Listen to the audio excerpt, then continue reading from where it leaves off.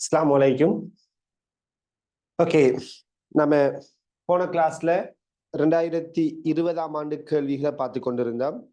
அந்த அடிப்படையில 2020ஆம் ஆண்டு 20வது கேள்வி வரைக்கும் பார்த்திருந்தோம் இல்லையா? ஸோ இப்போ நீங்க 21வது கேள்வி எடுங்க. 2020 21வது கேள்வி.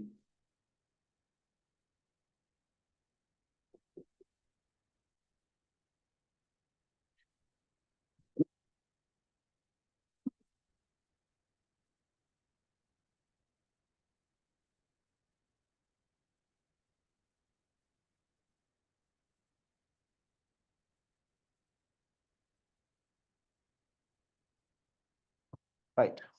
21. ஒவ்வொன்றும் 50 சென்டிமீட்டர் நீளம் உள்ள இரு முனைகளிலும் திறந்திருக்கும் இரு சர்வசம சுரமண்டல குழல்கள் அவற்றின் அடிப்படை சுரங்களை 15 பாகை செல்சியஸில் உண்டாக்குகின்றன. அவற்றின் அடிப்படை சுரங்களை 15 பாகை செல்சியஸில் உண்டாக்குகின்றன. வெப்பநிலையுடன் வழியில் ஒளியின் வேகம் வியின் மாறலின் சமன்பாடு. வெப்பநிலையில் வழியில் ஒளியின் வேகம் வியின் மாறலின் சமன்பாடு v சமன் 331 + 0.6 தீட்டா நாள் தரப்படுகின்றது. இங்கு தீட்டாவானது பாகை செல்சியஸில் உள்ளது. ஒரு சூழலின் வெப்பநிலையை, ஒரு குழலின் வெப்பநிலையை 30 பாகை செல்சியஸிற்கு உயர்த்தினால் ஒரு செகண்டில் எத்தனை அடிப்புகள் உருவாக்கப்படும்? ரைட். ஸோ கவனிங்க, உண்மையிலேயே ஒரு இலகுவான ஒரு கேள்வி. இரு முனைகளும் திறந்த ஒரு குழாய், சர்வசமனான இரு முனைகளும் திறந்த ஒரு குழாயில அடிப்படை சுரத்துல அடிப்படை மேற்றொனியில ரைட் 15 பாகை செல்சியஸ்ல இது ஒலிக்க செய்யப்படுவது அப்படின்னு ஒரு விடயத்தை சொல்றாங்க. முதலாவது, இருமுனைகளும் திறந்த குழாயில அடிப்படை எப்படி இருக்கும் அப்படிங்கிற விடயத்தை நாம தெரிஞ்சு கொள்வோம் இல்லையா? சோ இருமுனைகளும் திறந்த குழாயில அடிப்படை மேற்றொனி எடுத்த மாதிரி இருந்தால் அதனுடைய நின்ற அலைகிற வடிவம் இவ்வாறு வரும். சோ இந்த நேரத்துல இந்த குழாயினது நீளம் L என்றால் இந்த L என்னத்துக்கு சமன்று சொல்லுவோம்? பொதுவா λ/2க்கு சமன்று சொல்லுவோம். என்றால் ஒரு தடம், ஒரு நின்ற அலையில ஒரு தடம்ங்கிறது λ/2 அப்படித்தானே? ஒரு நின்ற அலையில ஒரு தடத்தில நீளம் என்ன? λ/2. அப்ப இது λ/4, இதுவும் λ/4. அப்ப மொத்தமா λ/2. எனவே பாருங்க, நீங்க நின்ற அலையில உருவாகிற அலை நீளத்தை பொறுத்தவரையில L எவ்வளவு? 50 சென்டிமீட்டர் இல்லையா? அதாவது 0.5 மீட்டர் λ/2. அப்ப λ சமன் என்ன வரும்? 2ஆல் பெருக்கினா 1 மீட்டர் வரும். ஆக இந்த இரு முனைகளும் திறந்திருக்கக்கூடிய 0.5 மீட்டர் குழாயில உருவாகக்கூடிய நின்ற அலையினது அலை நீளம் 1 மீட்டர். இங்க உருவாகிற அலை நீளம் எவ்வளவு? அலை நீளம் எவ்வளவு? 1 மீட்டரா இருக்குது. இப்ப யோசித்து பாருங்க, ஒரு அலை 15 பாகை செல்சியஸ்லையும் இன்னும் ஒரு அலையை 30 பாகை செல்சியஸுக்கும் கொண்டு போனால் அடிப்பு என்ன அப்படிங்கிறதான் கேள்வி. ஸோ உங்களுக்கு தெரியும் v சமன் f lambda. v சமன் f lambda இதான பொது சமன்பாடு. இங்க lambda 1 மீட்டர் தெரியும், lambda 1 தெரியும். ஸோ lambda வார்டு இடத்துல நீங்க 1 போட்டீங்கன்னா இந்த கேள்வியில அலையிற வேகத்திட பருமன் அலையிற மீடிரண்ட பருமனுக்கு எப்படி இருக்கும்? சமனா இருக்கும் இல்லையா? lambda 1 தானே. அப்ப v f-க்கு சமனா இருக்கும். யோசித்து பாருங்க, v f-க்கு சமன் என்றால் 15 பாகை செல்சியஸ்ல v என்ன, 30 பாகை செல்சியஸ்ல v என்ன அப்படின்னு நம்ம கண்டுபிடிக்கிறதுக்கு தான் இப்படி ஒரு சமன்பாடு அவங்க தந்திருக்கிறாங்க.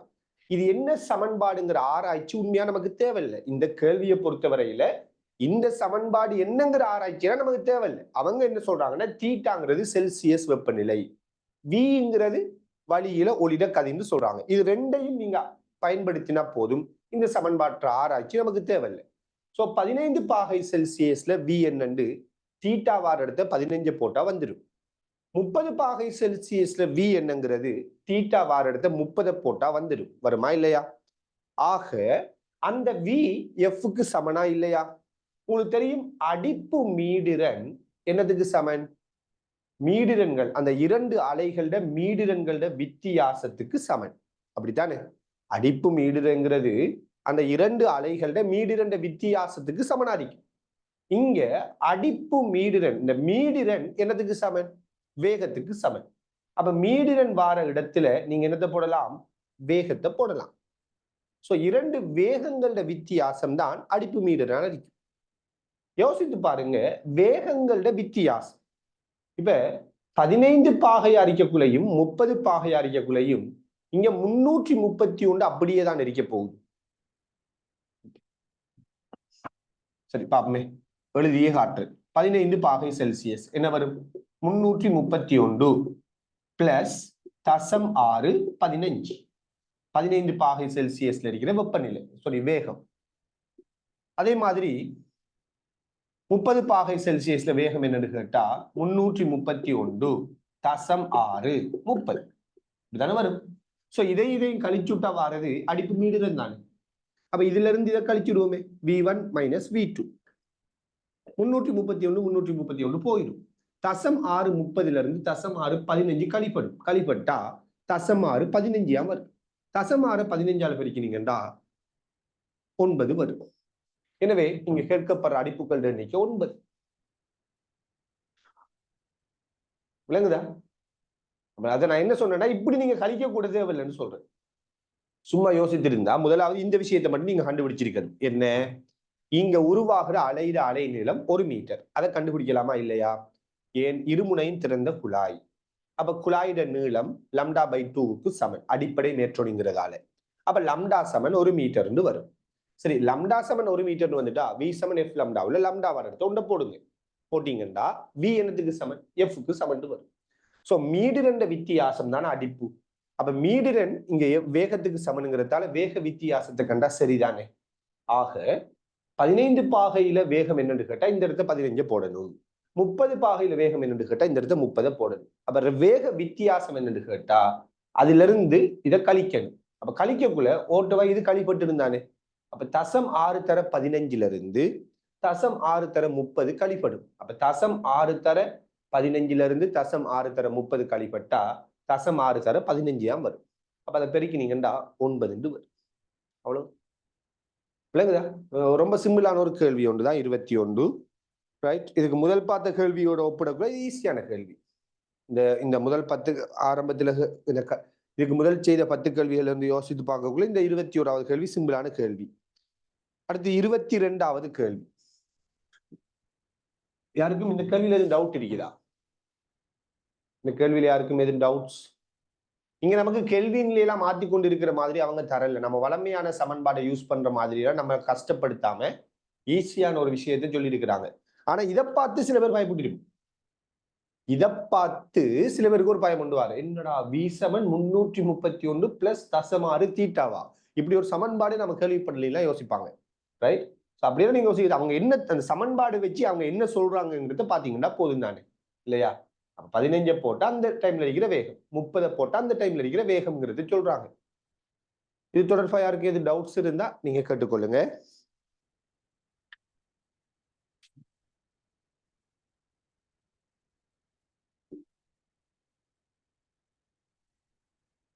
இருபத்தி 22வது கேள்விக்கு வரலாம்.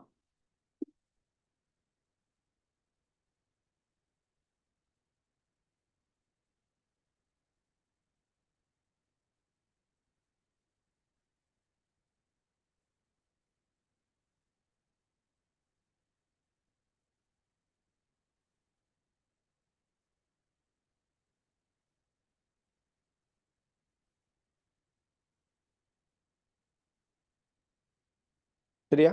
ஓகே. ஒரு இலேசான ஒப்பமான கப்பிக்கு மேலாக செல்லும் ஒரு இலேசான நீட்ட முடியாத இழையினால் முறையே 0.5 கிலோகிராம் 1 கிலோகிராம் திணிவுகள் AB எனும் இரு குற்றிகள் உருவில் காட்டப்பட்டுள்ளவாறு இணைக்கப்பட்டுள்ளன. தொடுகையுறும் எல்லா மேற்பரப்புகளுக்கும் இடையே உள்ள இயக்க உராய்வு குணகம் 0.25. குற்றி பியை ஒரு மாறா கதியுடன் இடப்பக்கத்திற்கு இழுப்பதற்கு அதன் மீது பிரயோகிக்க வேண்டிய விசை எஃப் யாது? குற்றி பிய நீங்க மாறா கதியில இயங்க செய்யணும்டா அதன் மீது பிரயோகிக்க வேண்டிய விசை என்ன அப்படின்னு கேட்டிருக்கிறாங்க.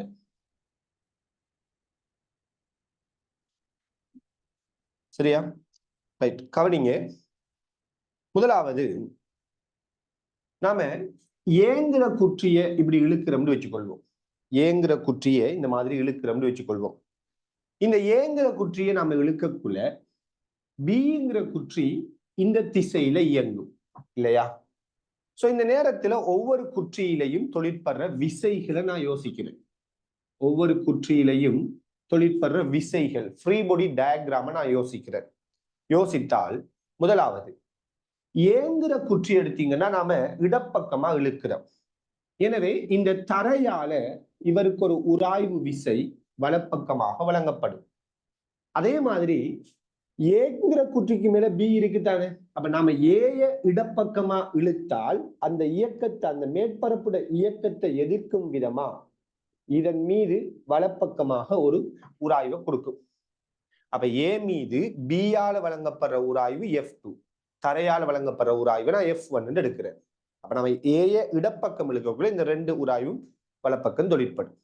இதுல என்ன விஷயம்னால் பியால ஏயிற்கு வழங்கப்படுற உராய்வு விசை வலப்பக்கம் F2 என்றால் ஏயால பிக்கு வழங்கப்படுற உராய்வு விசை இடப்பக்கம் F2 என்றா எந்த ஒரு தாக்கத்துக்கும் சமனும் எதிருமான மறுதாக்கம். விசைகள் எப்பொழுதும் சோடிகளாகத்தான் உருவாகும்.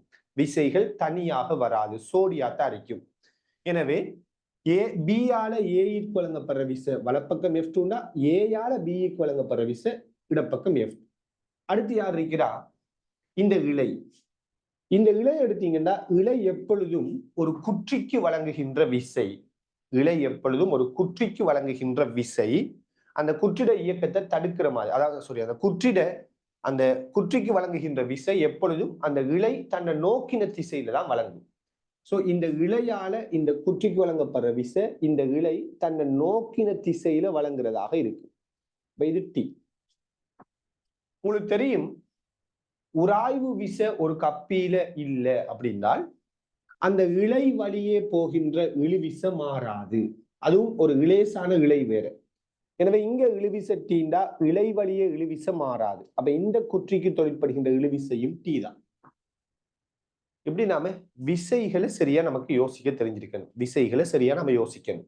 யோசித்தோமா? இப்ப பாருங்க, முதலாவது இந்த குற்றி மாறா வேகத்துல இயங்குது. பிங்கிற குற்றி மாறா வேகத்துல இயங்குதுண்டா வலப்பக்கமான விசை இடப்பக்கமான விசைக்கு சமனாரிக்கணும் இல்லையா?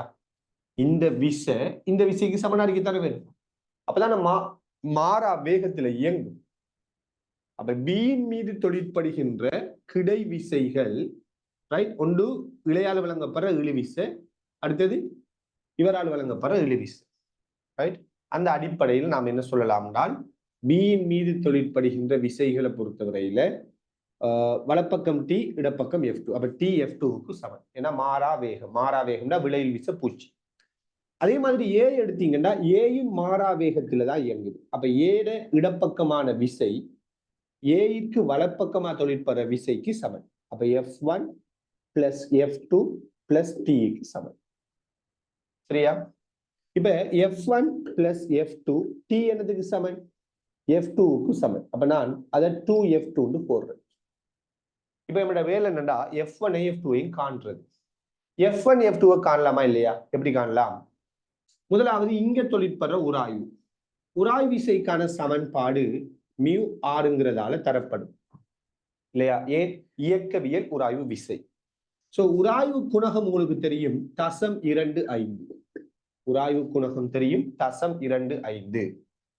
இந்த இடத்துல தொழிற்படுற உராய்வு விசையை காணணும்னால் இந்த இடத்துல தொழிற்படுகின்ற செவ்வன் மறுதாக்கத்தை நாம காணணும். சோ இந்த மேற்பரப்புல செவ்வன் மறுதாக்கம் எவ்வளவா இருக்கும்? தரையால இந்த மேற்பரப்புக்கு வழங்கப்படுகின்ற இந்த குற்றிக்கு வழங்கப்படுகின்ற செவ்வன் மறுதாக்கம் எவ்வளவா இருக்கும்?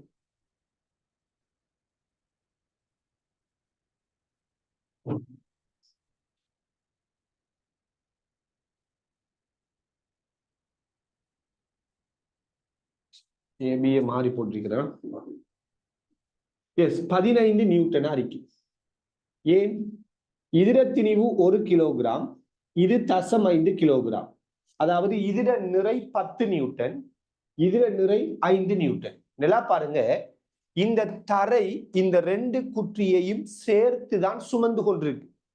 இந்த தரைக்கு மேல இருக்கிறது ஏ மட்டும் இல்லை, பி மட்டும் இல்லை, ஏயும் தான்.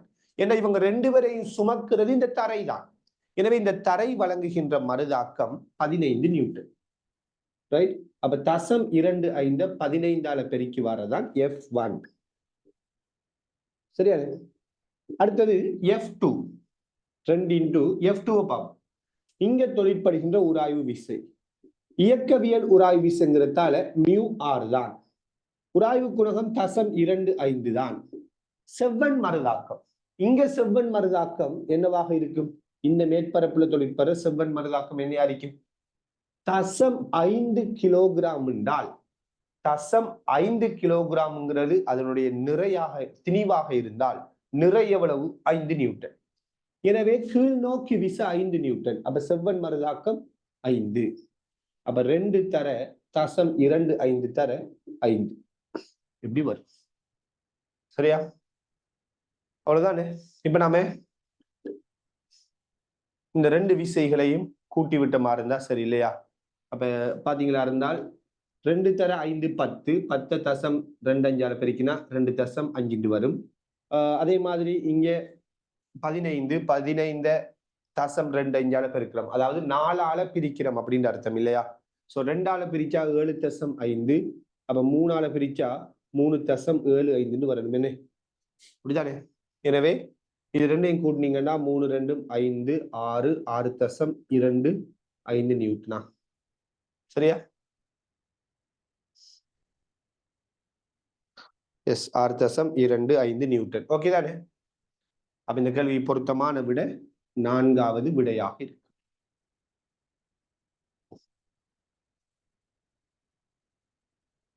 இன்னொரு கேள்வி உண்டு. அப்ப மாறா வேகத்துல இயங்குதுன்னா விளையுள் விசை 0. சோ இந்த குற்றியில தொழிற்படுற விசைகள் என்னென்ன அப்படின்னு நீங்க யோசித்தாகணும். ரைட்? அப்ப இடப்பக்கமான விசை வலப்பக்கமான விசைக்கு சமன். அதே மாதிரி இங்கேயும் இடப்பக்கமான விசை வலப்பக்கமான விசைக்கு சமன். அப்படி சமப்படுத்துறோம். அப்ப எஃப் சமன் F1 + F2 + T வரும். ஸோ T F2க்கு சமன். இங்க இருந்து நாம கண்டுபிடிச்சது T F2க்கு சமன்.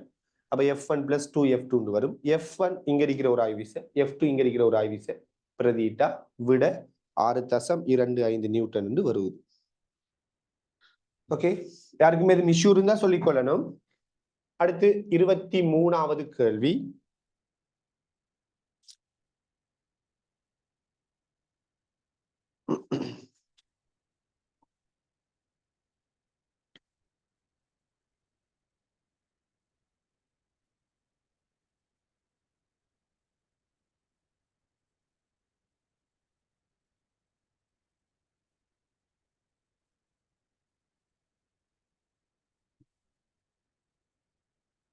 பெரிய பாதை வழியே செல்லும் ஒரு பொருள் அதன் பாதையின் மிகவும் உயர்ந்த புள்ளி Pயில் சம திணிவுகளை கொண்ட இரு துண்டுகளாக சடுதியாக வெடிக்கின்றது. ஒரு துண்டு காட்டப்பட்டுள்ளவாறு ஒரு தொடக்க வேகத்துடன் நிலைக்குத்தாக கீழ் நோக்கி விழும் எனின் பின்வரும் வரிப்படங்களில் எது மற்றைய துண்டின் பாதையை மிகச்சிறந்த விதத்தில் வகை குறிக்கின்றது? வழித்தடையை புறக்கணிக்க வெடித்தல் நடைபெறாவிட்டால் பொருளின் எரிபாதையை முறிந்த கோடு வகை குறிக்கின்றது. சோ வெடிக்காத போது அது எரிய பாதைய இந்த முறிந்த கோடு இப்படி குறிக்குதுன்னு சொல்றாங்க. ரைட்? சோ பாருங்க,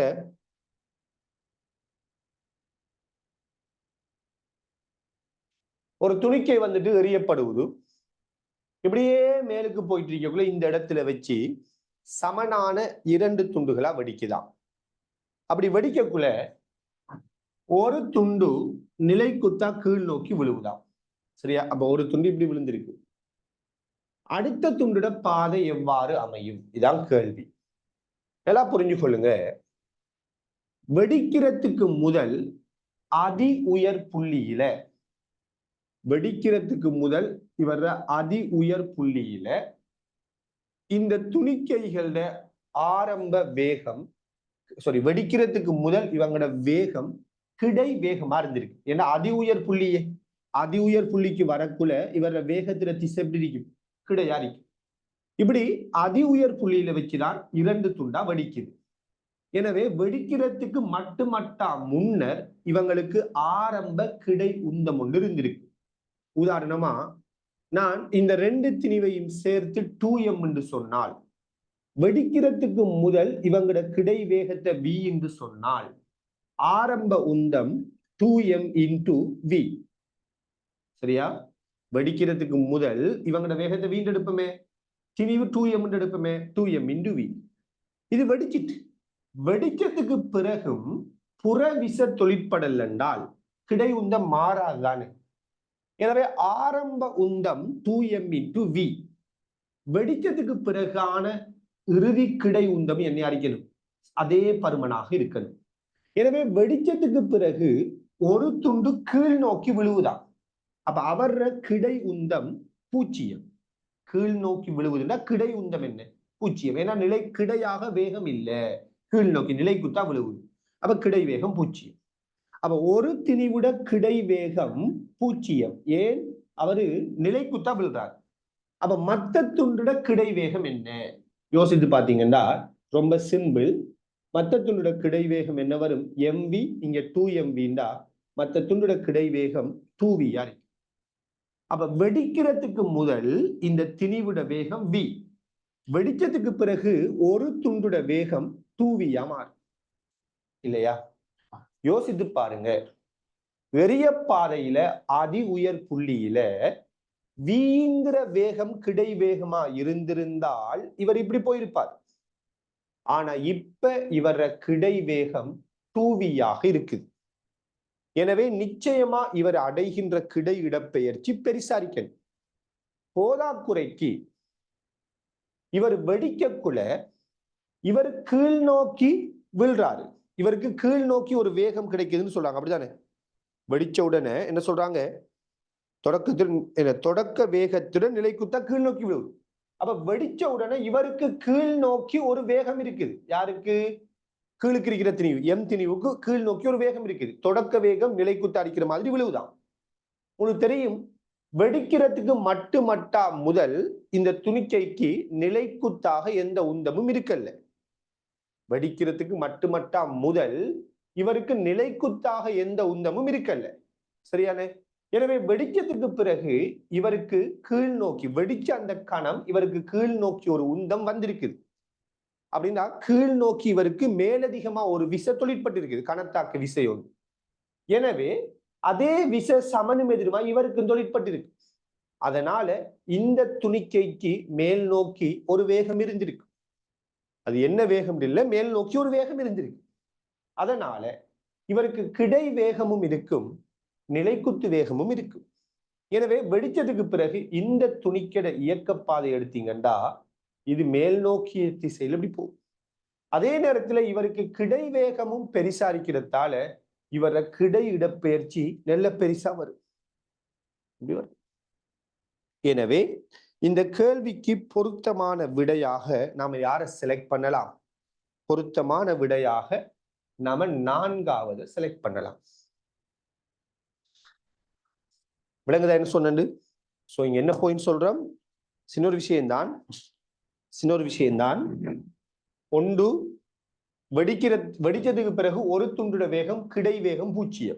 அப்ப மத்த துண்டுட கிடை வேகம் 2 மடங்கா மாறும். அதான் உந்த காப்பு, கிடை உந்த காப்பு தத்துவம் நமக்கு சொல்லி தருவது.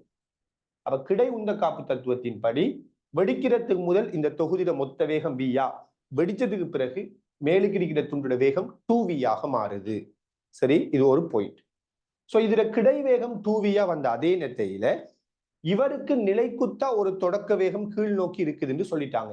அப்ப இவருக்கு நிலைக்குத்தா கீழ் நோக்கி ஒரு வேகம் இருக்கிறதால நிச்சயமா அடுத்த துணிக்கைக்கு நிலைக்குத்தா மேல் நோக்கி ஒரு வேகம் ஒன்று இருக்கணும்.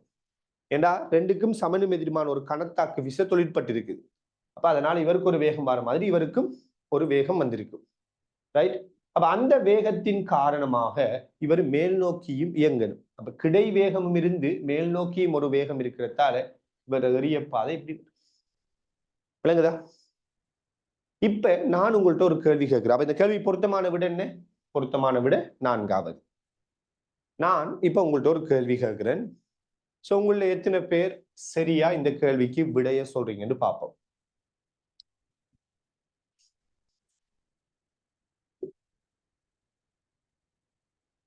அதி உயர் புள்ளியிலிருந்து சரியானே இது அடைய வேண்டிய கிடை வீச்சுக்கான தூரம் எக்ஸா. அதி உயர் புள்ளியிலிருந்து இது அடைய வேண்டிய கிடை வீச்சுக்கான தூரம் எக்ஸ். இப்ப நீங்க சொல்லுங்க, இந்த தூரம் எக்ஸா இருந்தால் இந்த தூரம் எக்ஸா இருக்குமா, எக்ஸை விட பெருசா இருக்குமா, எக்ஸை விட சின்னனா இருக்குமா?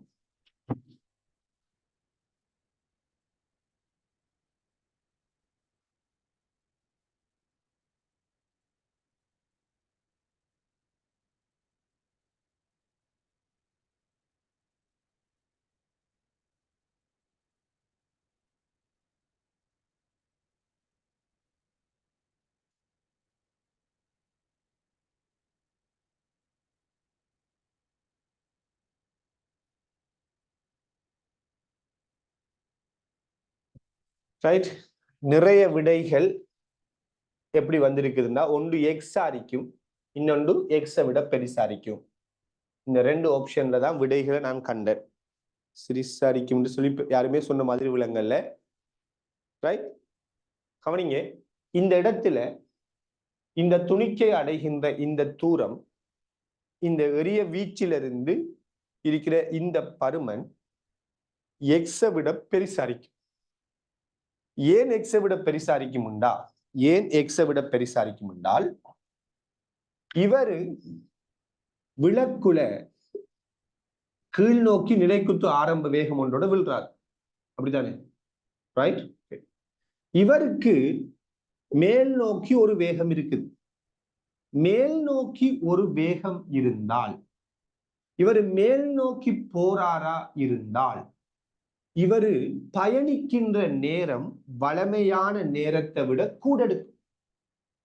இப்ப இங்கிருந்து இங்க வாரத்துக்கு எடுக்கிற நேரம் டீயா இருந்தால், இந்த மாதிரி 2 துண்டா சமன அப்படி வெடிக்காது தானே.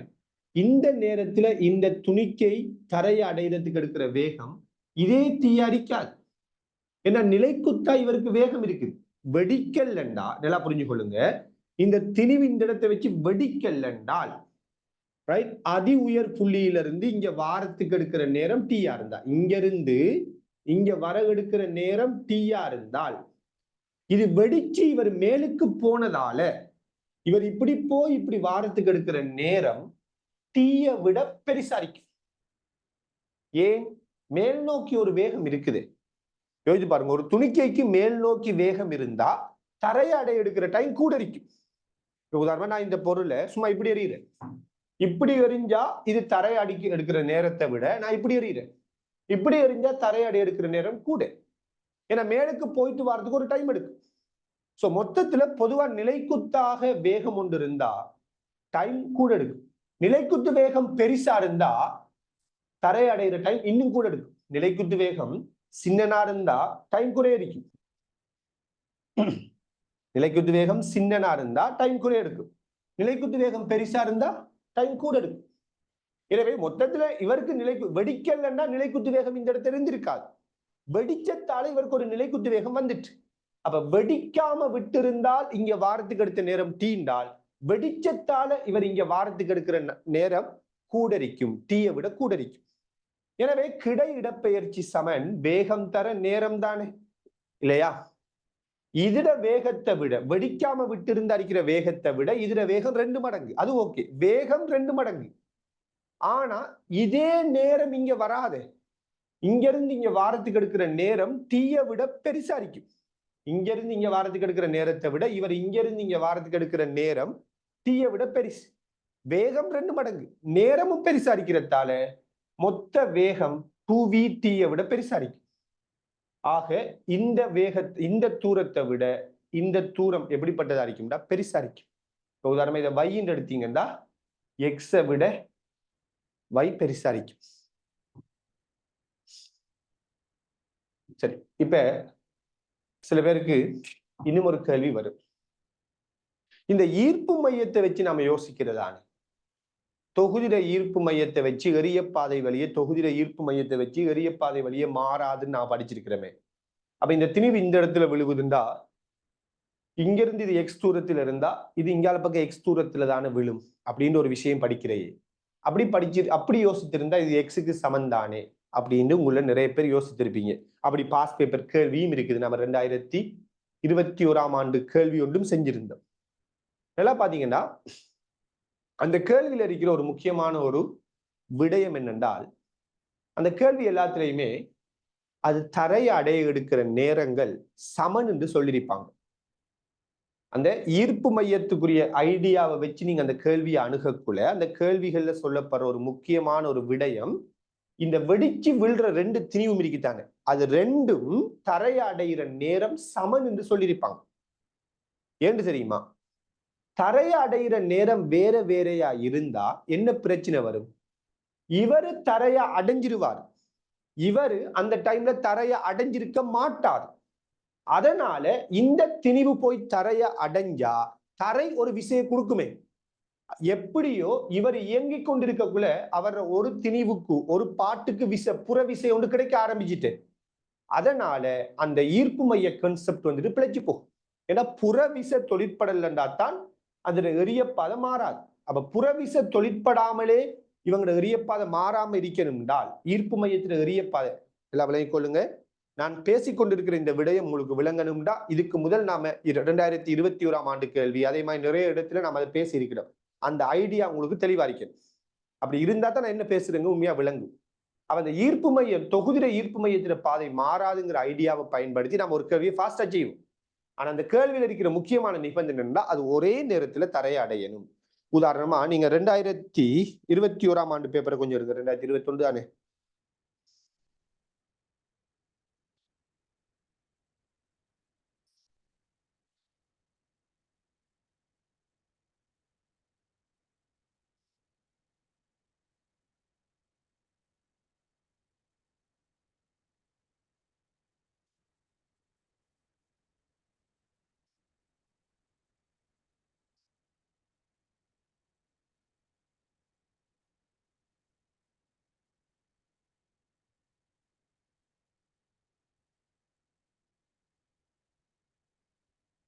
சாரி 2022 2022 24வது கேள்வி. 2022 24வது கேள்வியை கொஞ்சம் எடுங்க.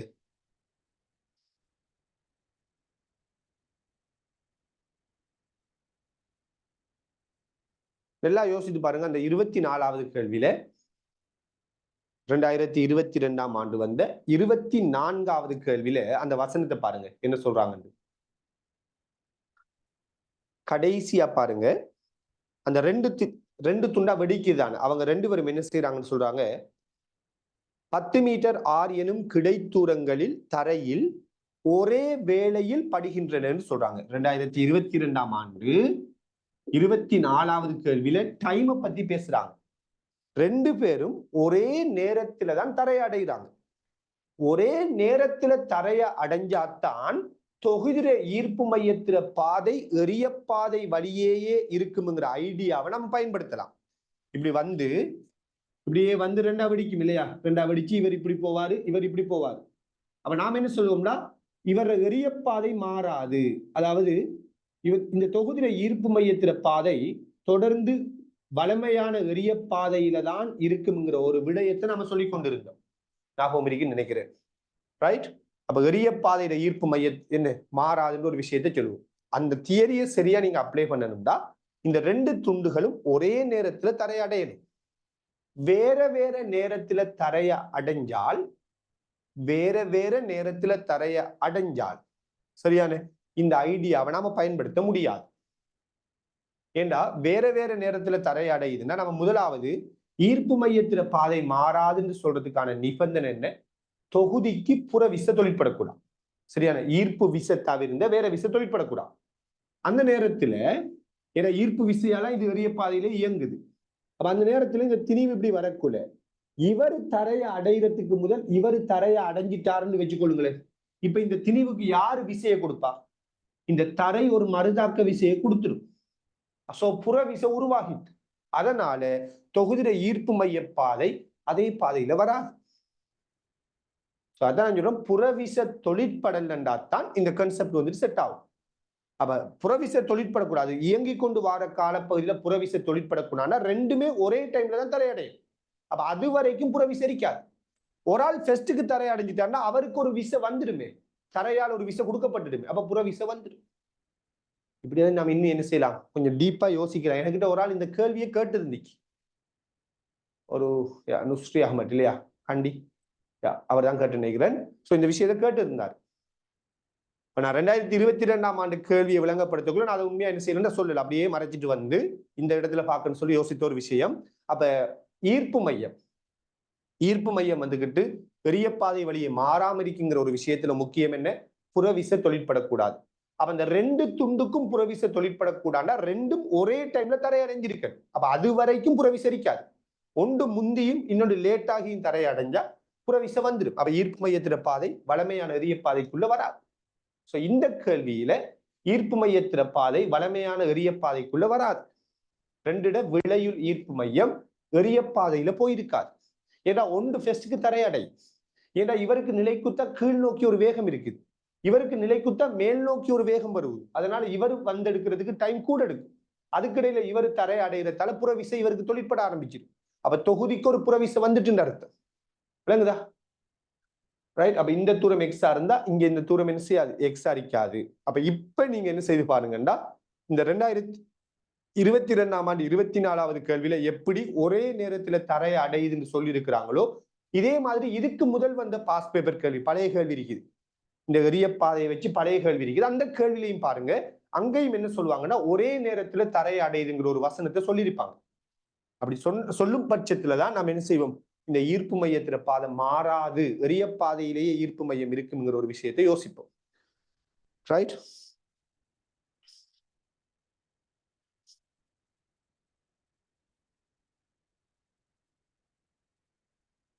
அடுத்து 25வது கேள்வி. சரி, எஸ், 25வது கேள்வி. 24வது கேள்வி என்ன?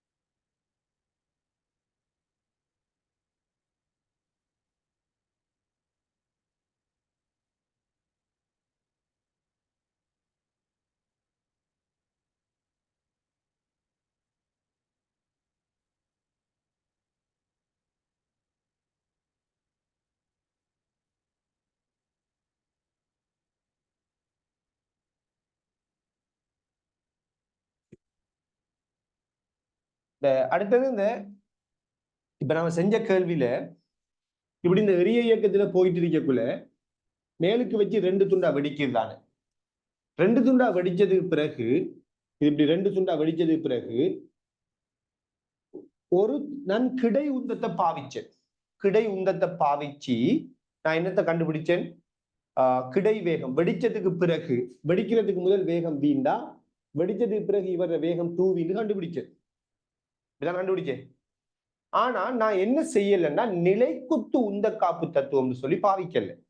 அதாவது இவருக்கு கீழ் நோக்கி ஒரு வேகம் இருக்குதுண்டா, இவருக்கு என்ன வேகம் இருக்குன்னு சொல்லி நான் நிலைக்குத்து உந்த காப்ப பாவிக்கல. ஏன்னு சொல்லுங்க.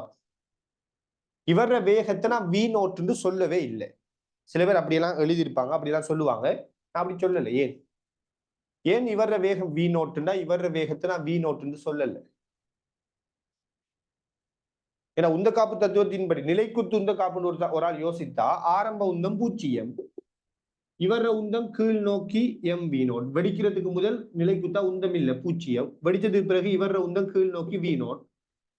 அப்ப இவர உந்தம் கட்டாயம் மேல் நோக்கி v0 அடிக்கணும். அப்பதான் ரெண்டையும் கூட்டினா பூச்சியம் வரும். ஆனா நான் அப்படி சொல்லல, இவர வேகம் v0 சொல்லல. ஏன்? எஸ், ஏன்னா நீங்க நிலைக்குத்து உந்த காப்பு தத்துவத்தை அப்படியெல்லாம் நினைச்ச மாதிரி பாவிக்கலாம். ஏன்னா புற விசங்க இருக்குது. யாரு புற விசை? எம்ஜிங்கிற விசரிக்குது. சில பேர் அதை மறந்துடுறது. புற விசரிக்குதா? இந்த திணிவு வெடிச்சதுக்கு பிறகு இவருக்கு ஒரு புற விசரிக்குது. யார் அந்த புற விசைன்னா நிலைக்குத்து விசை எம்ஜி இருக்குது. அதாவது நிலா பாருங்க, வெடிக்கிறதுக்கு முதல் இப்படி இருப்பாரு. வெடிக்கக்குள்ள இப்படி ரெண்டு குண்டா வெடிக்கன்னு வச்சுக்கொள்ளுங்களேன், மடுப்பம். வெடிக்கக்குள்ள இவருக்கு மேல் நோக்கி ஒரு எஃப்ங்கிற விசை தொழிற்படக்குள்ள இவருக்கும் கீழ் நோக்கி ஒரு விசை தொழிற்படும். இப்படிதான் ரெண்டா பிளக்கும். எப்படி வெடிக்குன்னு வச்சுக்கோ. நிலைக்குத்து விசையை மட்டும் குறிக்கிறேன்னா எப்படி ரெண்டா பிளக்குது, கிடையா ஒரு விசை வரும், அது வானா எப்படி பிளக்குது. பிளக்கக்குள்ள இவருக்கு எம்ஜியும் கீழ் நோக்கி இருக்கு. அப்ப இந்த திணிவுக்கு வெடிக்கக்குள்ளையும் சரி வெடிச்சதுக்கு பிறகும் சரி தொழிற்படுற விசை ரெண்டுமே கீழ் நோக்கி. ஆனா இவருக்கு வெடிக்கக்குள்ள வார இந்த கணத்தாக்கு விசை மேல் நோக்கி. எம்ஜிங்கிற விசை கீழ் நோக்கி, எம்ஜிங்கிற விசை கீழ் நோக்கி. எனவே இவர் மீது தொழிற்படுற விசையும் இவர் மீது தொழிற்படுற விசையும் சமனான விசை இல்லை. அப்ப உந்த காப்பு தத்துவத்தை நிலைக்குத்த பாவிக்க இயலாது. விளங்குதா? அப்ப நிலைக்குத்து உந்த காப்பு தத்துவம் சொல்லி பாவிச்சு இதர வேகம் v0 சொல்லி போடுறது ஒரு பொருத்தமானது இல்லை. சரியானே? ஓகே, இன்னும் கூட பேசலாம், வானா போதும். என்ன டீப்பா பேசிட்டு போறமாய் போயிடும். 24க்கு வருவோம். ஓர் இலட்சிய வாயு உள்ள ஓர் அடைத்த தொகுதியின் இரு வெப்ப இயக்க செயல்முறைகள் உருவில் காட்டப்பட்டுள்ளன.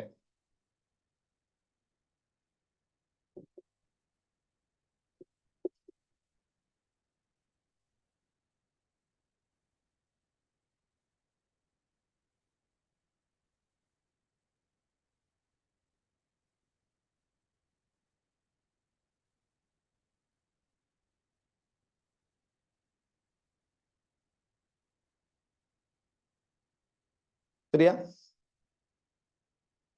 இரு வெப்ப இயக்க செயல்முறைகள் உருவில் காட்டப்பட்டுள்ளன.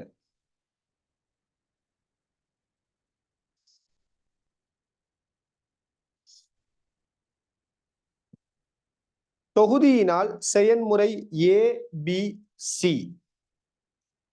இல் ஏயிலிருந்து பியிற்கு செல்வதற்கு 6 கிலோ ஜூல் வெப்பமும் பியிலிருந்து சியிற்கு செல்வதற்கு 1.8 கிலோ ஜூல் வெப்பமும் உறிஞ்சப்படுகின்றன. இச்செயல்முறை ஏசியில் நடைபெறும் உறிஞ்சப்படுகிறது. செயல்முறை ஏசியில் நடைபெறும் அகச்சக்தி மாற்றம் யாது? பாருங்க, ஏயிலிருந்து பிக்கு போவக்குள்ள 6 கிலோ ஜூல் வெப்பமும் பியிலிருந்து சிக்கு போவக்குள்ள 1.8 கிலோ ஜூல் வெப்பமும் இந்த வாயுவால உறிஞ்சப்படுவதா. வாயுவானது வெப்பத்தை உறிஞ்சுதுண்டால் உங்களுக்கு தெரியும் அது பிளஸ். அப்ப பிளஸ் 6 கிலோ ஜூல் வரும். பியிலிருந்து சிக்கு போகக்குள்ள 1.8 கிலோ ஜூல் வெப்பத்தை உறிஞ்சுது. அப்ப பிளஸ் 1.8 வரும். இங்க 6, இங்க 1.8. சரியா? யோசித்து பாருங்க, ஏயிலிருந்து பிக்கு போய் பியிலிருந்து சிக்கு போறதுக்கு மொத்தமா ஏபிசி செயல்முறையில வழங்கப்பட்ட வெப்பம் எவ்வளவு வரைக்கும்? இங்க இருந்து இங்க போவ 6, இங்க இருந்து இங்க போவ 1.8. எனவே மொத்தமா 7.8 கிலோ ஜூல் வரும். அதே நேரத்தில ஏயிலிருந்து பிக்கு போய் பியிலிருந்து சிக்கு போவக்குள்ள செய்யப்பட்ட வேலை எடுப்போம். ஏபிசி செயல்முறையில செய்யப்பட்ட வேலை எடுத்தீங்கன்னா இந்த செயல்முறையில செய்யப்பட்ட வேலைக்கு இந்த கோடு கனவளவு அச்சோட எதிரமைக்கிற பரப்பை கண்டுபிடிக்கணும் இல்லையா? இந்த கோடு கனவளவு அச்சோட எதிரமைக்கிற பரப்பு. அந்த வகையில இதுல பரப்பு எடுத்தீங்கன்னா இங்க இருந்து இப்படி போகுது, திருப்பி இங்க இருந்து இங்க போகுது. மொத்தமா ஏபிசி செயல்முறையில பரப்பு இவ்வளவு பரப்பா இருக்கு. ஏன்னா ஏயிலிருந்து பிக்கு போவக்குள்ள வேலை செய்யப்படாது. ஏயிலிருந்து பிக்கு வேலை பூச்சியம் உண்மையா. பியிலிருந்து சிக்கு போவக்குள்ள வேலை செய்யப்படும். அந்த வேலை இந்த பரப்பால தரப்படும். அப்ப என்ன பரப்பு வரும்? உயரம் 8, அகலம் 3.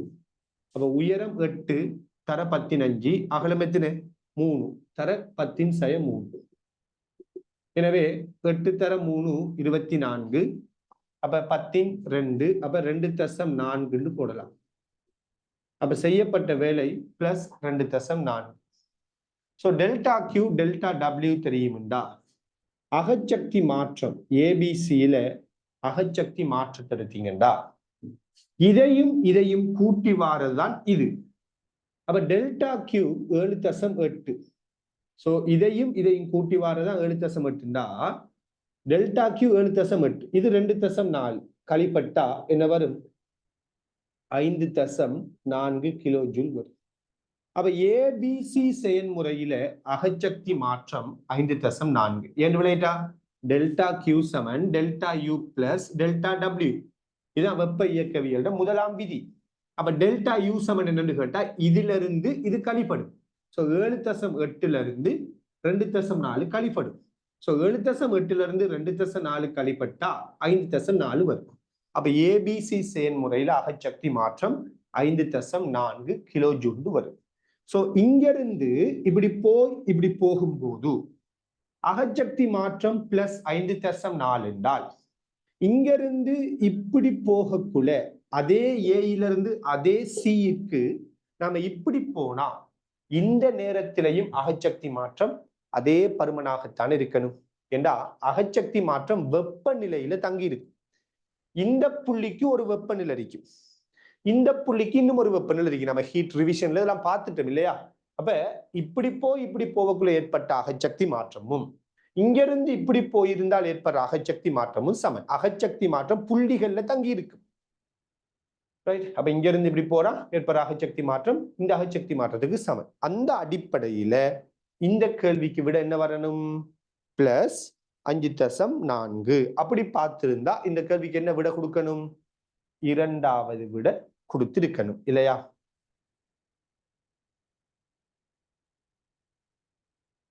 விளங்குதா? ஆனா இந்த கேள்விக்கு விட ஓல் ஆன்சர். இந்த கேள்விக்கு விட 2 இல்ல, இதுக்குரிய விட என்னன்னு கேட்டீங்கன்னா ஓல் ஆன்சர். ஏன்னா இந்த கேள்வியில தரவு பிழையானது. இந்த கேள்வியில தரவு பிழையான ஒரு தரவு. சொல்லுங்க ஆகும். இந்த கேள்வியில தரவு ஏன் பிழையானதுன்னு சொல்றேன். இந்த கேள்வியில தரவு பிழையானதுன்னு சொல்றேன். ஏன் யாராச்சும் இதுக்கு ஓல் ஆன்சர் கொடுத்ததுக்கு காரணம் விட வராதுன்னு இல்லை. சமன்பாடு போட்டீங்கன்னா விட வந்துடும். ஆனா ரியாலிட்டியில இந்த தரவு பிழை, அதனாலதான் ஓல் ஆன்சர் கொடுத்தாங்க. கேள்வியை செஞ்சு பார்த்தனா விட வருதா இல்லையா? சமன்பாடு வளமை ஆச்சரியமாய் செஞ்சா வந்துடும். ஆனா ரியாலிட்டியில இந்த கேள்வியில பிழை இருக்குது. என்ன பிழை யாராச்சும்?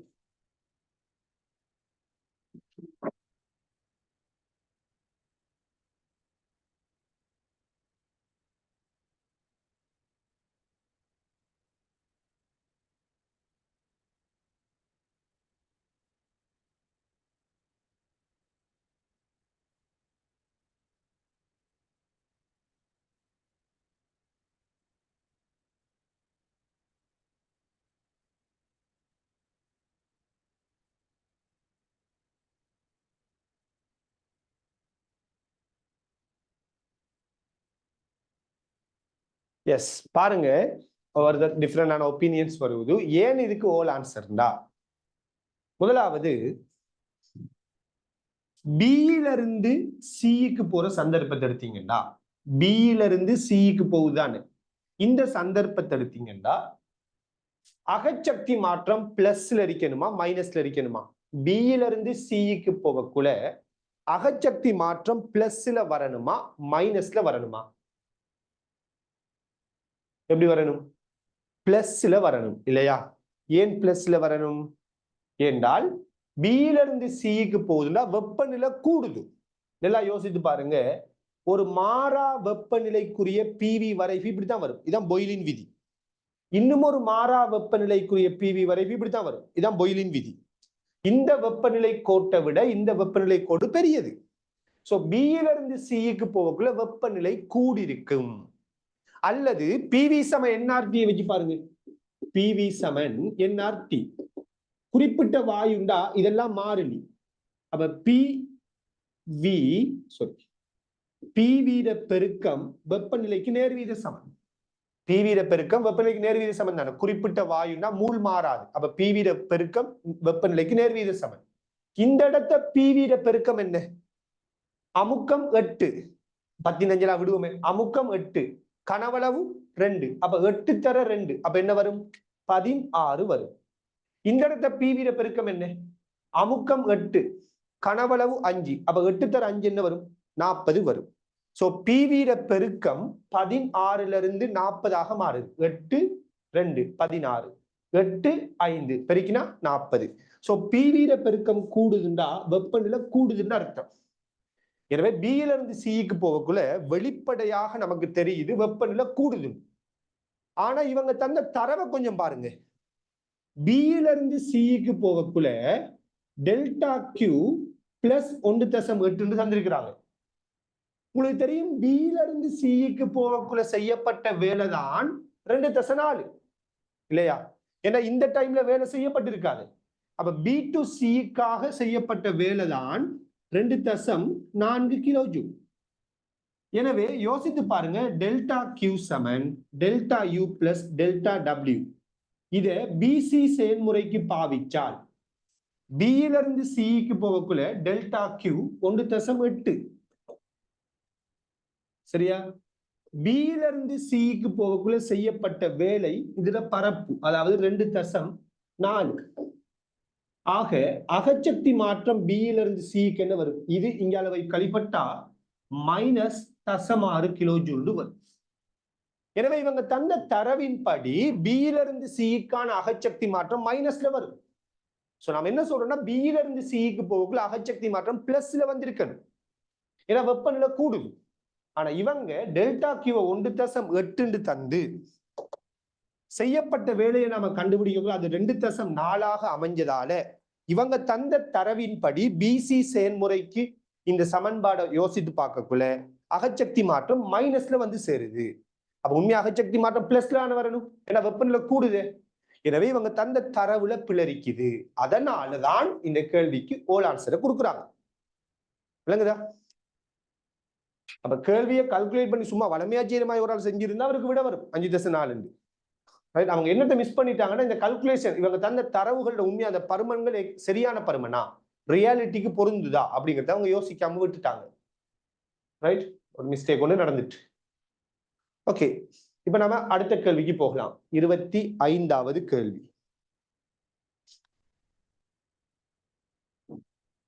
அப்ப கேள்வி வந்துட்டு பெரிய ஒரு விஷயம் இல்லை, சிம்பிளான கேள்விகள் தான். இப்ப நம்ம பார்த்து கொண்டு வர கேள்வி எல்லாமே நல்ல ஈஸியான கேள்விகளான இருக்கக்கூடியதுதான். ஆனா அதுக்கு பின்னுக்கு இருக்கிற காரணங்களை நீங்க சரிவர புரிஞ்சு கொள்ளுங்க. 25 இதுவும் ஒரு நல்ல கேள்வி உண்டு.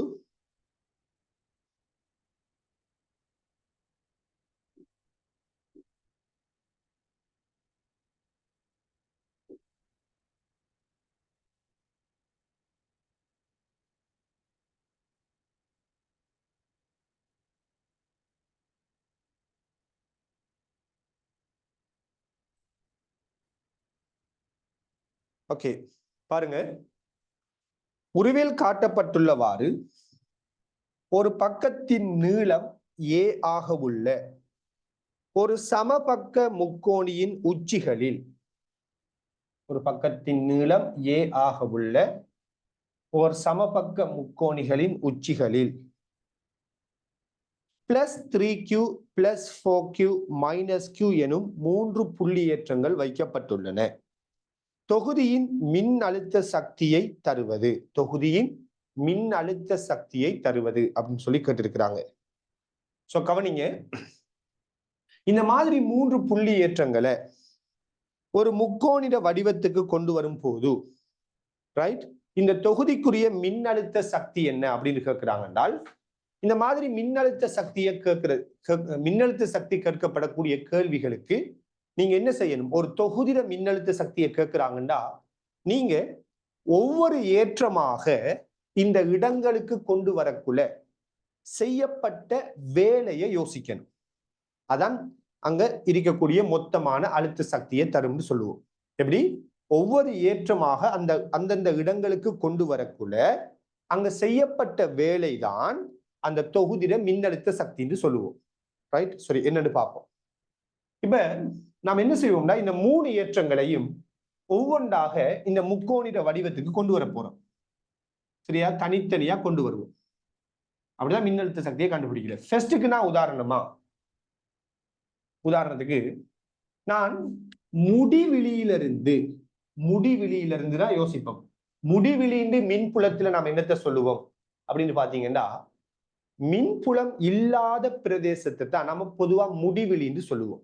ரொம்ப தூரத்தில் இருக்கக்கூடிய ஒரு பிரதேசம்னாலும் அதை நம்ம பொதுவா என்னத்தை மீன் பண்ணுதுன்னா, மின்புலங்கள் செல்வாக்கு இல்லாத அந்த ஏரியாவில மின்புலம் இருக்கக்கூடாது. மின்புலங்கள் இல்லாத ஒரு இடத்திலிருந்து ஒரு ஏற்றத்தை கொண்டு வரதான் முடிவிலின்னு சொல்றது. முடிவிலின்ற உடனே முடிவிலி தூரம்னு நீங்க யோசிக்க வேண்டிய அவசியம் இல்லை. சரியானே? அப்ப மின்புலம் இல்லாத ஒரு பிரதேசத்திலிருந்து மின்புலத்துக்குள்ள ஒரு ஏற்றத்தை கொண்டு வர. அப்ப முடிவிலியிலிருந்து முதலாவதா நாம +3q ஏற்றத்தை இங்க கொண்டு வந்து வைக்கிறோம். நீங்க சொல்லுங்க, நான் முடிவிலியிலிருந்து மின்புலமே இல்லாத ஒரு இடத்திலிருந்து ஒரு ஏற்றத்தை இங்க கொண்டு வந்திருக்கிறேன். சோ இங்க கொண்டு வரத்துக்கு நான் செய்த வேலை என்ன? மின்புலத்துக்கு எதிராக நான் செய்த வேலை என்ன? எஸ், 0. எந்த ஒரு வேலையும் செய்யப்படல. ஏன்னா ஆல்ரெடி இந்த ஏரியாவில் எந்த ஏற்றமும் இல்லையே. ஃபர்ஸ்ட்டுக்கு இவரை தான் கொண்டு வர போறேன். எனவே இங்க ஆல்ரெடி எந்த ஏற்றமும் இல்லை. அப்ப முடிவிலிருந்து ஃபர்ஸ்ட்டுக்கு நான் ஒரு ஏற்றத்தை இந்த இடத்துக்கு கொண்டு வரக்குள்ள எங்க மின்புலம் நான் கொண்டு வாரத்தை எதிர்க்கிறதுக்கு இங்க மின்புலம் இல்லை. சரியானே? அப்ப இந்த ஏற்றத்துக்கு விசையை கொடுக்க யாருமே இல்லை. அப்ப முடிவிலிருந்து இவரை கொண்டு வாரத்துக்கு மின்புலங்கள் எதுவும் எனக்கு எதிராகவோ சார்பாகவோ இருக்கல்ல. ஆக செய்யப்பட்ட வேலை 0. மின்புலமே இல்லாத ஒரு இடத்துக்கு தான் நான் ஒரு ஏற்றத்தை கொண்டு வந்து வச்சிருக்கிறேன். சரியா?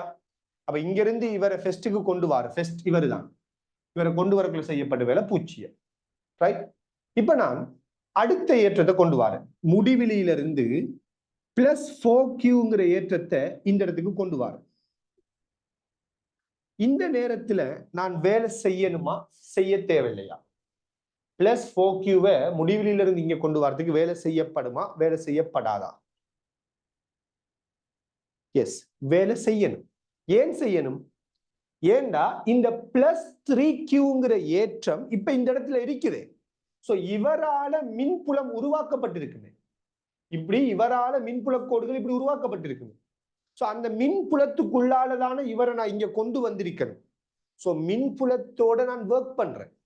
சோ மின்புலத்துக்கு எதிராகவோ அல்லது மின்புலத்துக்காகவோ ஒரு வேலையோடு நடக்குது. எனவே 2வது ஏற்றத்தை நாம கொண்டு வரக்குள்ள இங்க நாம வேலை செய்வோம். சரி, நாம செஞ்ச வேலை என்ன? எப்பயுமே செய்த வேலையை கண்டுபிடிக்க பொதுவா நாம செய்ய வேண்டிய ஒரு விஷயம் அழுத்தத்தை அல்லது அழுத்த வித்தியாசத்தை ஏற்றத்தால பெருக்கிறது. சோ முடிவிலியிலிருந்து இங்க ஏற்றத்தை கொண்டு வாரீங்க. சோ இந்த இடத்துல இருக்கிற அழுத்தம் என்ன? இதை ஃபர்ஸ்ட் பாருங்க.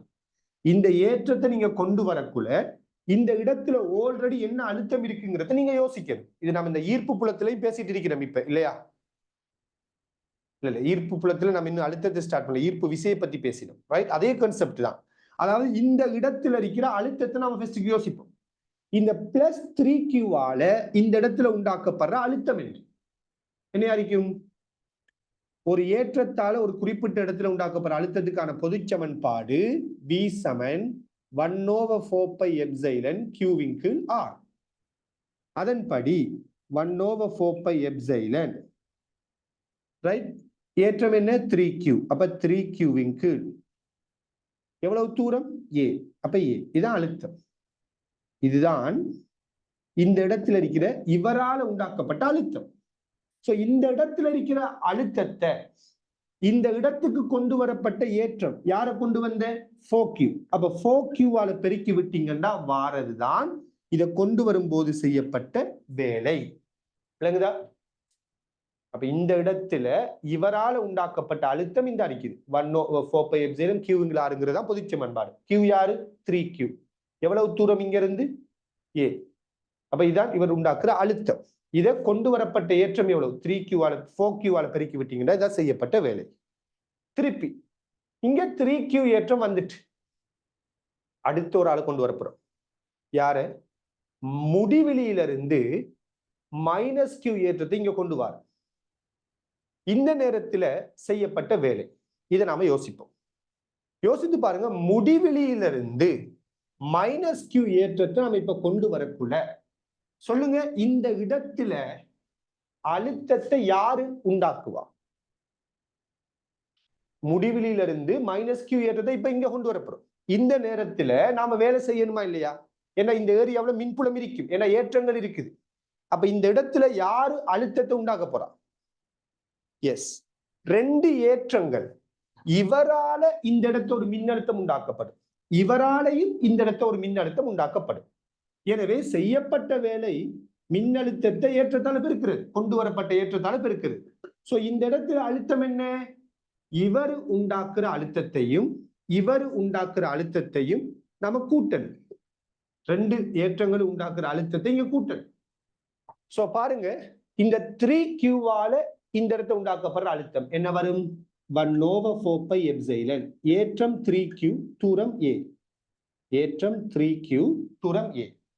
இவரால இந்த இடத்தை உண்டாக்கப்படுற அழுத்தம் என்ன வரும்? 1/4πε. ஏற்றம் எவ்வளவு? 4Q. இங்கிருந்து எவ்வளவு தூரம்? A. அப்ப 4QA. சோ இவரால் இங்க உண்டாக்கப்பட்ட அழுத்தத்தையும் இவரால் இங்க உண்டாக்கப்பட்ட அழுத்தத்தையும் கூட்டுவோம். அதுதான் இந்த இடத்துல இருக்கிற அழுத்தம். இந்த இடத்துக்கு முடிவிலியிலிருந்து யாரை கொண்டு வர? Minus Q. அப்ப கொண்டு வர ஏற்றத்தால பெருக்குங்க, மைனஸ் கியூ. இப்ப பாருங்க, கூட்டினோம்னால் 4πε. 3Q 4Q. அப்ப என்ன வரும்? 7Q. 4πε. மைனஸ் கியூ பெருக்கப்பட்டா மைனஸ் கியூ வர்க்கம் இப்படி வரும். அதே மாதிரி இங்க என்ன வந்திருக்கும்? இதை பெருக்கலையே, 3 தர 4 12Q வர்க்கம் 4πε.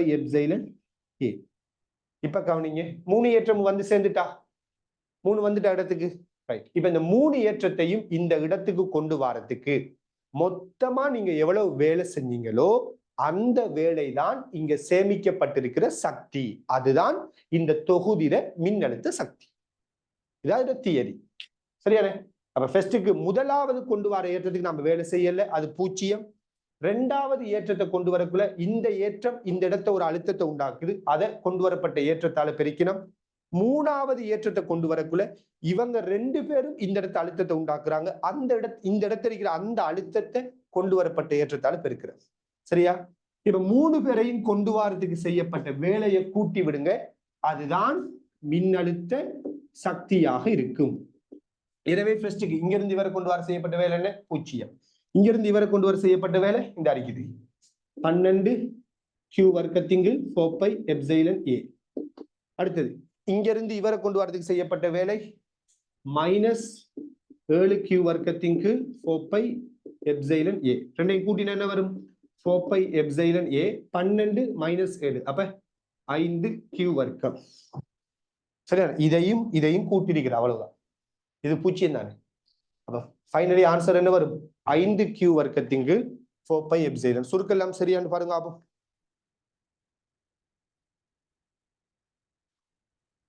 சரியா? இப்ப சில பேருக்கு இதை சொன்னோட டவுட் ஒன்று வாரு. நாம ஃபெஸ்ட்டுக்கு இந்த ஏற்றத்தை கொண்டு வந்தோம்னு எடுத்தோம், ஏன் நாம இந்த ஏற்றத்தை ஃபெஸ்ட்டுக்கு கொண்டு வந்து எடுக்க கூடாதா, அல்லது இந்த ஏற்றத்தை ஃபெஸ்ட்டுக்கு கொண்டு வந்து யோசிக்க கூடாதான்னு சில பேருக்கு ஒரு டவுட் வரும். நீங்க எப்படியாச்சும் யோசித்து பாருங்க, விடை தான் வரும். ஃபெஸ்ட்டுக்கு நான் 3Qவை கொண்டு வந்தேன், செய்யப்பட்ட வேலை 0 சொன்னேன் தானே. நீங்க விரும்பினா ஃபெஸ்ட்டுக்கு 4Qவை கொண்டு வாங்க. அப்ப 4Qவை கொண்டு வரதுக்கு செய்யப்பட்ட வேலை 0 மாறிக்கும். திருப்பி 3Qவையும் திருப்பி -Qவையும் கொண்டு வாங்க. அப்படி நீங்க கண்டுபிடிச்சாலும் இதே விட வரும். அல்லது ஃபெஸ்ட்டுக்கு -Q ஏற்றத்தை இங்க கொண்டு வாங்க. ரைட்? அதுக்கு பிறகு 3Qவையும் 4Qவையும் கொண்டு வாங்க. அப்படி நீங்க கண்டுபிடிச்சாலும் செய்யப்பட்ட வேலை இதே விட தான் வரும். சரியா? அப்ப ஓர்டர் இப்படித்தான் இல்லை, இவரை தான் ஃபெஸ்ட்டுக்கு கொண்டு வரணும், இவரை ரெண்டாவது கொண்டு வரணும்ன்ற அந்த ரூல்ஸ் எல்லாம் ஒன்றும் இல்லை. எப்படி நீங்க யாரை ஃபெஸ்ட்டுக்கு செகண்ட் தேர்டா கொண்டு வந்தாலும் மொத்தத்துல செய்யப்பட்ட வேலை இதாத்தான் இருக்கு. அப்ப இங்க செய்யப்பட்ட வேலை தான் மின்னழுத்த சக்தி.